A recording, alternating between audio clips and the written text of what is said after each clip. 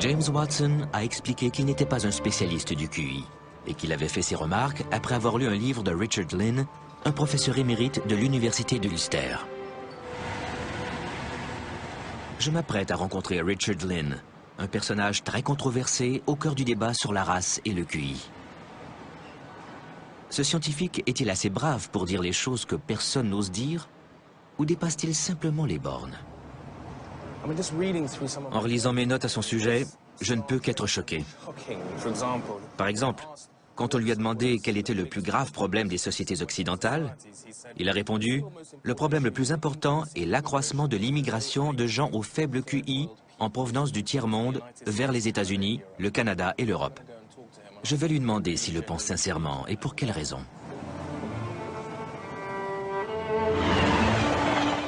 Richard Lynn dit qu'il a recueilli des données qui révéleraient un palmarès mondial de l'intelligence selon les races. Décrivez-moi ce palmarès de l'intelligence. Au sommet, il y a les Asiatiques du Nord-Est, qui ont un QI de 105. Les Européens du Nord et du Centre ont un QI de 100, comme les Britanniques. De l'autre côté de l'Atlantique, les Amérindiens ont un QI de 87. Ensuite, on descend vers l'Équateur et l'Afrique subsaharienne.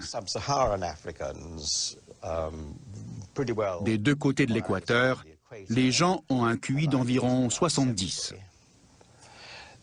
Ensuite, il y a les aborigènes australiens qui ont le QI le plus bas, autour de 65.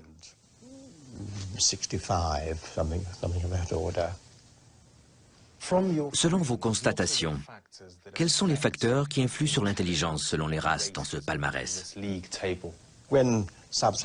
Lorsque des immigrants arrivent de l'Afrique subsaharienne pour vivre dans les pays d'Europe et d'Amérique du Nord, au fil des générations, leur QI augmente en raison de l'environnement, car leur éducation et leur nutrition s'améliorent. Mais leur QI ne rejoint pas celui des Européens. Est-ce que ce serait dû à un facteur génétique immuable? Oui.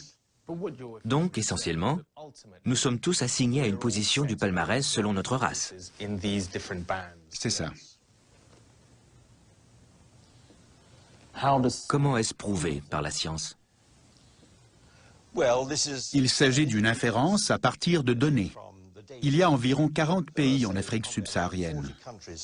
Je n'ai pas les QI pour chacun d'entre eux, mais je les ai pour une trentaine de pays. Il m'en manque une dizaine. En science, on procède souvent en élaborant une théorie et en tentant de la réfuter ensuite. Qu'est-ce que ça nous apprend sur l'avenir de l'Afrique, qui, selon Jim Watson, serait sombre, et je cite, « puisque toutes nos politiques sociales sont basées sur le fait que leur intelligence est la même que la nôtre, alors que tous les tests disent le contraire. » Il a raison, bien entendu.